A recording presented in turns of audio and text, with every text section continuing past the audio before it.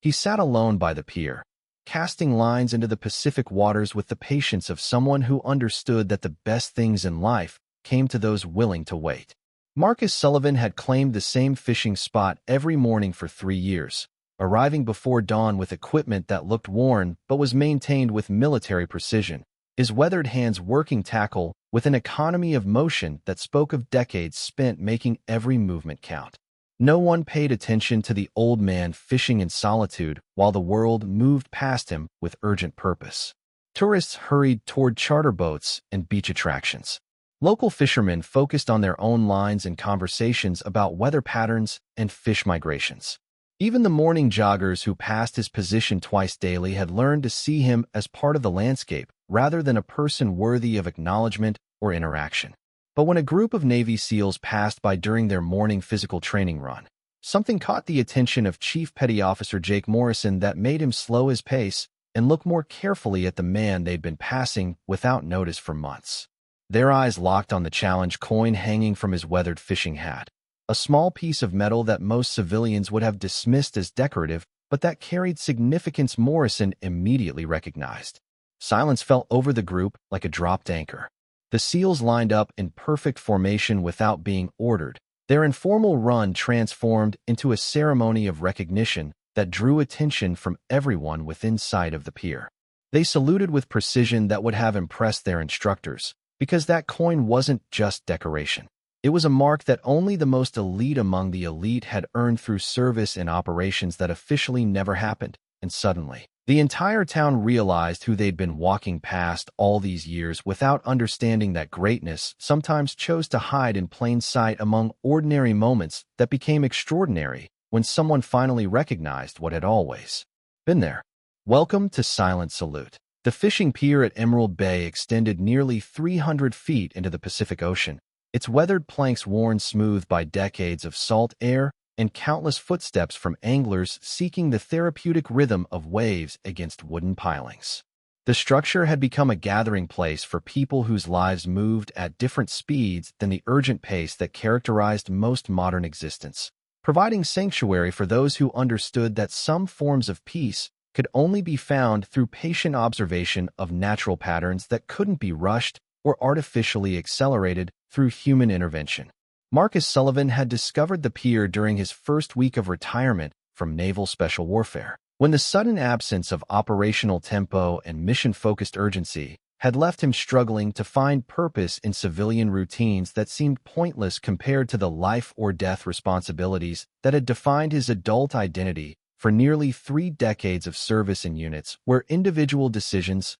could affect international relations and strategic outcomes that shaped global stability in ways the public never understood. At 63, Marcus moved with the careful deliberation of someone whose body carried the accumulated impact of 28 years in units where physical demands exceeded normal human limitations on a daily basis, while conducting operations in environments that tested every aspect of human capability under conditions that most people couldn't survive, even with extensive preparation and support systems that weren't available during actual missions where failure meant more than personal disappointment. His weathered appearance reflected exposure to environments ranging from Arctic conditions during winter operations in northern territories to desert heat during extended missions in regions where temperatures exceeded human tolerance levels, but where strategic objectives required maintaining operational capability despite environmental factors that would have prevented conventional military units from accomplishing their assigned missions within acceptable timeframes and casualty rates. The tackle box beside his folding chair contained equipment that looked standard to casual observers, but reflected the same attention to detail and preparation that had characterized his approach to military operations in environments where equipment failure could mean mission compromise or personnel casualties that would have strategic implications extending far beyond immediate tactical considerations that affected broader operational planning and resource allocation decisions. Every item had been selected for specific purposes and maintained according to standards that most recreational fishermen would have considered excessive for weekend hobby activities. But Marcus understood that success in any endeavor required systematic preparation and redundant capabilities that could compensate for unexpected failures or environmental factors that exceeded original planning assumptions about conditions that might be encountered during actual operations. The fishing technique Marcus employed combined patience with systematic observation of water conditions, weather patterns, and fish behavior that demonstrated analytical skills developed through decades of intelligence gathering and target assessment in operational environments where success required understanding complex systems and predicting outcomes based on careful observation of seemingly unrelated variables that could affect mission accomplishment in ways that weren't immediately obvious to personnel lacking extensive experience in similar situations. Local fishermen who shared the pier had learned to respect Marcus's expertise without understanding its source, recognizing that his success rates and technical knowledge exceeded their own despite his obvious preference for solitude over the social interactions that characterized most fishing communities where sharing information and techniques was considered normal behavior that built relationships and enhanced everyone's understanding of environmental factors that affected fishing success. His willingness to share practical advice when asked, combined with his reluctance to discuss his background or engage in personal conversations that might reveal details about experiences he preferred to keep private, had earned him acceptance without curiosity about his history or speculation about circumstances that had brought him to spend his retirement years fishing alone while maintaining the kind of systematic approach that suggested professional background in activities requiring precision and careful planning. The challenge coin that hung from Marcus's fishing hat had been awarded during a ceremony that occurred in a secure facility whose location remained classified decades after the original presentation. Conducted according to protocols that ensured recognition could be given to personnel whose service deserved acknowledgement while maintaining security requirements that protected operational details and intelligence sources whose effectiveness depended on continued anonymity even years after original missions had concluded successfully. The coin's design incorporated symbols that identified the unit, the specific operation, and the level of classification that continued to govern any discussion of the mission that had earned Marcus and his teammates recognition that could never be publicly acknowledged through normal military award systems that required public ceremonies and official documentation that would have compromised security protocols protecting ongoing operations and personnel whose identities remained sensitive for security reasons. Task Force Neptune had been established to conduct maritime special operations that required capabilities exceeding those available through conventional Navy SEAL teams, drawing personnel from multiple special operations communities and providing them with specialized training for missions that involved extended underwater operations, small boat infiltration, and direct action in coastal environments where conventional forces couldn't operate effectively without creating diplomatic complications or compromising intelligence-gathering operations that provided critical information about threats developing in regions where American interests required protection.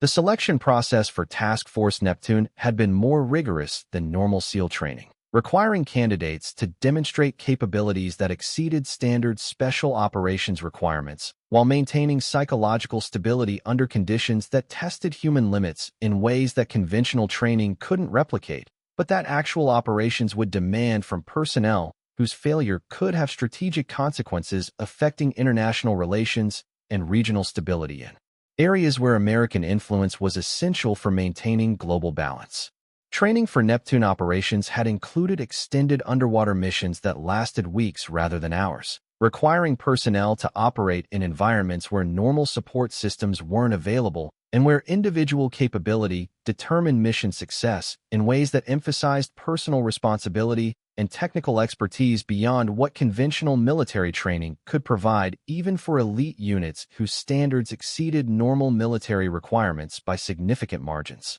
The operation that had earned Marcus his challenge coin had involved a 6-month deployment to the South China Sea, where intelligence sources had identified a terrorist organization that was using commercial shipping vessels to transport weapons and personnel throughout the region while maintaining cover identities that made conventional interdiction impossible without creating international incidents that could have affected American relationships with allied governments whose cooperation was essential for broader strategic objectives in regions where diplomatic solutions required careful coordination between military and civilian agencies. Marcus's team had been tasked with gathering intelligence about the organization's operational methods and leadership structure while developing options for direct action that could eliminate the threat without leaving evidence of American involvement that could have compromised ongoing diplomatic efforts to address broader regional security issues through multilateral cooperation agreements that had taken years to negotiate, and that provided framework for addressing similar threats through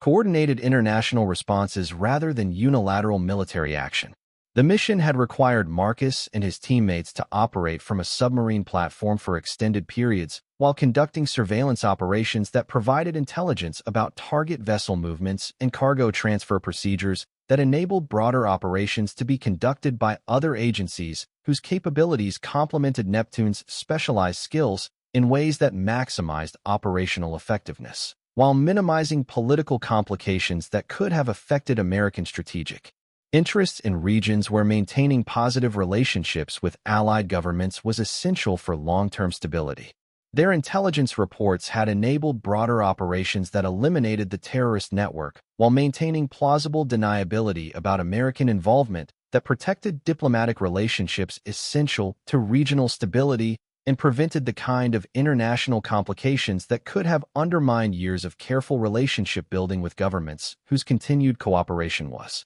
necessary for addressing similar threats through coordinated responses that utilized multiple agencies' capabilities in ways that achieved strategic objectives without creating new problems. When the Navy SEALs' morning run brought them past Marcus's fishing position that particular Tuesday, Chief Morrison was focused on maintaining pace with younger team members whose physical conditioning reflected the current standards that he'd helped establish during his own years in operational units where fitness requirements exceeded normal military standards because mission demands required capabilities that couldn't be developed through conventional training programs that emphasized basic physical conditioning rather than specialized capabilities. The run served multiple purposes beyond physical fitness, providing team-building opportunities and allowing assessment of individual performance under controlled conditions that simulated some aspects of operational stress, while building unit cohesion through shared challenges that required cooperation and mutual support in ways that strengthened relationships between personnel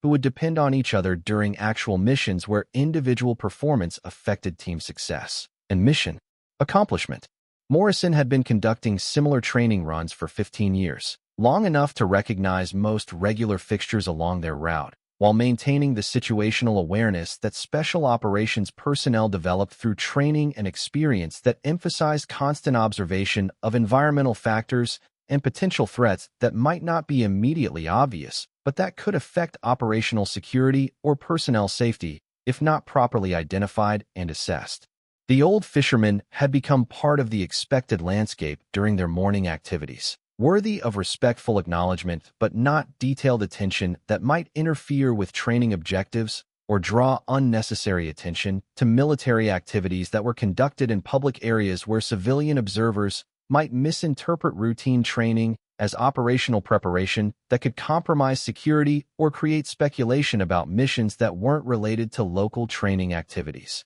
But something about the challenge coin hanging from the fisherman's hat triggered recognition that made Morrison slow his pace and signal his team to adjust their formation while he investigated what had caught his attention in ways that his training had taught him to take seriously when observational details suggested connections to operational communities that he understood through personal experience rather than academic study or casual observation of military activities. The coin's design was familiar despite its distance and the casual way it was displayed, suggesting connections to operational communities that Morrison understood through personal experience with units whose existence was known within special operations circles, but whose specific capabilities and missions remained classified for security reasons that protected ongoing operations, and personnel whose identities couldn't be revealed without compromising current missions or future operational effectiveness. The symbols incorporated into the coin's design were immediately recognizable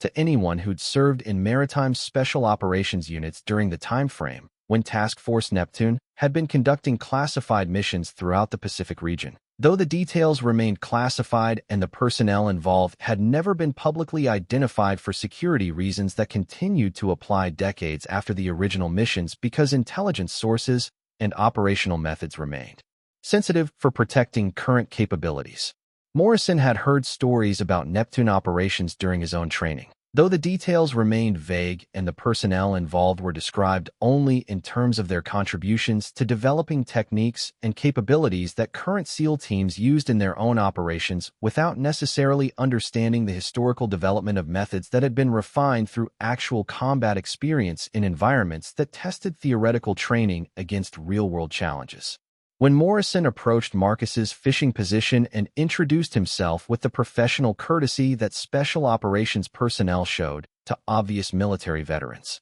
the conversation that followed revealed connections that spanned multiple decades and operational environments while respecting security requirements that governed discussion of classified activities even between personnel who shared similar backgrounds and security clearances that authorized general discussion without revealing specific operational details. Marcus's responses were measured and careful, confirming details without revealing classified information while acknowledging shared understanding that created immediate bonds between warriors who'd served in similar capacities and who understood the challenges of transitioning from operational environments to civilian life, while maintaining the security protocols that protected information and personnel whose safety could be compromised by casual discussion of experiences that remained sensitive for protecting ongoing operations. The respect that Morrison showed Marcus reflected recognition of service that exceeded his own despite extensive operational experience in multiple theaters, acknowledgement of capabilities that had been legendary within the naval special warfare community even when the personnel involved couldn't be publicly recognized for security reasons that protected ongoing operations and intelligence sources whose effectiveness depended on continued anonymity and protection from hostile intelligence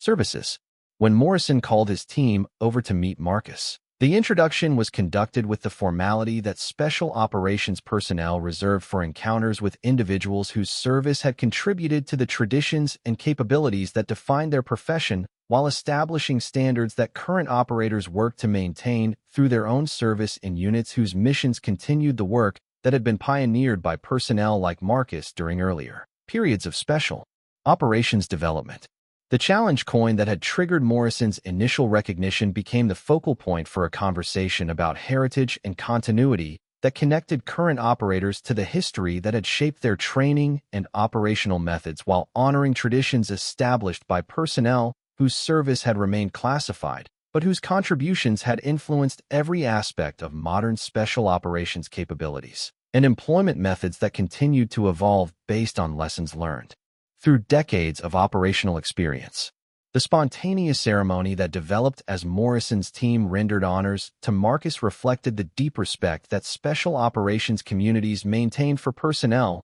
whose classified service had established standards and capabilities that continued to influence current operations while providing examples of dedication and professionalism that inspired current personnel to maintain the standards that had been established through sacrifice and commitment that exceeded normal military expectations. Their salute acknowledged contributions that couldn't be publicly celebrated but deserved recognition from people who understood their significance to national security and operational effectiveness in ways that connected past service to current missions while honoring the continuity that made special operations communities more than just military units, but brotherhoods bound by shared understanding of what service meant. When conducted at levels that required everything individuals could give, Marcus accepted their recognition with the dignity that had characterized his approach to military service and civilian retirement, understanding that the acknowledgement came from genuine respect rather than pity or curiosity about details that would remain classified regardless of changing political circumstances or historical perspectives that might affect public understanding of operations that had shaped international relations through means that required permanent protection for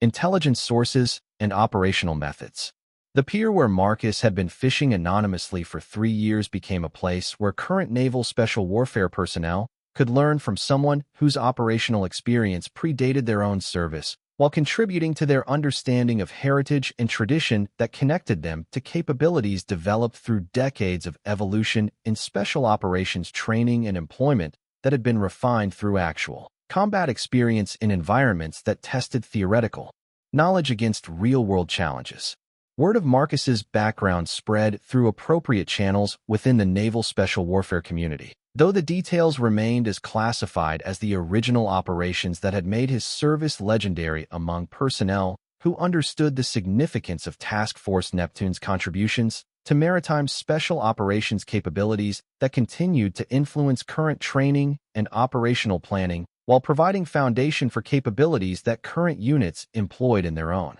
missions. The morning runs that brought SEAL teams past Marcus's fishing position became opportunities for informal mentorship and professional development that enhanced current operators' understanding of their profession's history while honoring traditions established by personnel whose service had remained classified, but whose contributions had shaped every aspect of modern special operations capabilities in ways that connected past innovation to current employment of techniques and methods that had been developed through actual operational experience. Marcus continued his daily fishing routine with the same dedication and attention to detail that had characterized his military service. But his relationship with the local community changed as word spread about his background among veterans and active duty personnel who understood the significance of his presence in their area while respecting the privacy that he maintained about experiences that remained too sensitive for casual discussion even decades after original missions had concluded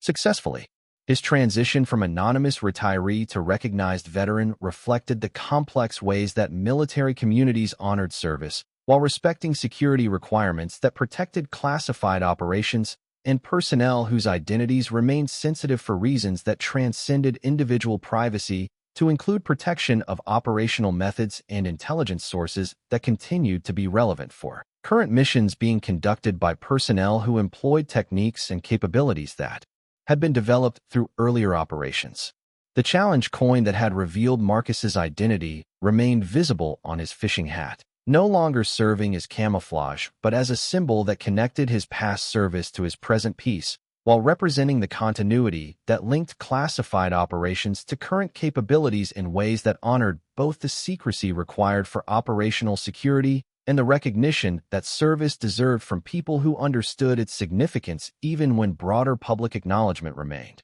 impossible. The recognition he'd received from Morrison's team had confirmed that his contributions to national security deserved acknowledgement from people who understood their significance, even when broader public recognition remained impossible due to classification requirements that protected operational details and intelligence sources whose continued effectiveness depended on maintaining security protocols that had been established to protect both personnel and methods from hostile intelligence services. Young SEALs began approaching Marcus during their training activities, seeking guidance about professional development and operational preparation that could only come from someone whose experience spanned decades of evolution in special operations employment, while providing perspective on challenges that current personnel would face in units whose missions continued the work that Marcus had pioneered during his own career in organizations that had established standards and capabilities that influenced every aspect of modern special operations.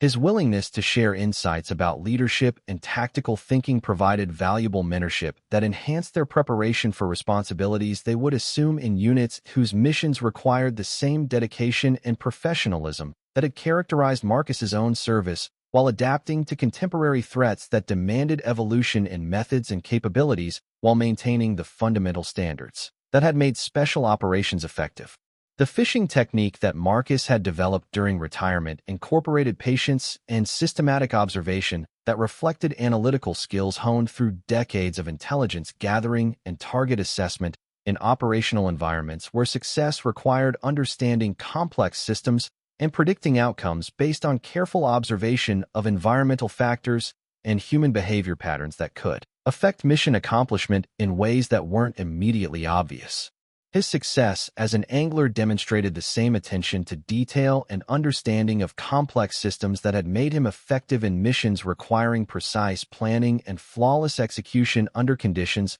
where failure meant strategic setbacks and personnel casualties that could have affected broader operational planning and resource allocation decisions that influenced American capabilities in regions where special operations provided unique solutions to problems that conventional forces couldn't address effectively. Local fishing enthusiasts who shared the pier with Marcus began recognizing that his expertise extended beyond technical knowledge to include understanding of ocean conditions and fish behavior that could only come from extensive experience in maritime environments where survival and success required mastery of natural systems and environmental factors that affected both human performance and equipment. Effectiveness under demanding conditions that tested every aspect of preparation and planning. His willingness to share practical advice while maintaining personal privacy had earned respect that reflected appreciation for knowledge rather than curiosity about backgrounds that were none of their business, demonstrating the kind of professional relationships that Marcus preferred, based on mutual respect for expertise rather than personal history that remained private for reasons that didn't need explanation or justification from people who understood boundaries. The pier at Emerald Bay became an informal gathering place where military and civilian communities intersected through shared appreciation for activities that provided peace and perspective away from professional responsibilities and social obligations, while demonstrating that former special operations personnel could successfully transition to civilian activities that utilized skills developed through military service, while providing satisfaction that didn't require security clearances or classified missions. Marcus's presence served as a bridge between these communities, demonstrating that service and civilian life could coexist in ways that honored both, while maintaining appropriate boundaries about experiences that remained too sensitive for casual discussion, but that had shaped his character and capabilities in ways that benefited everyone who interacted with him regardless of whether they understood his background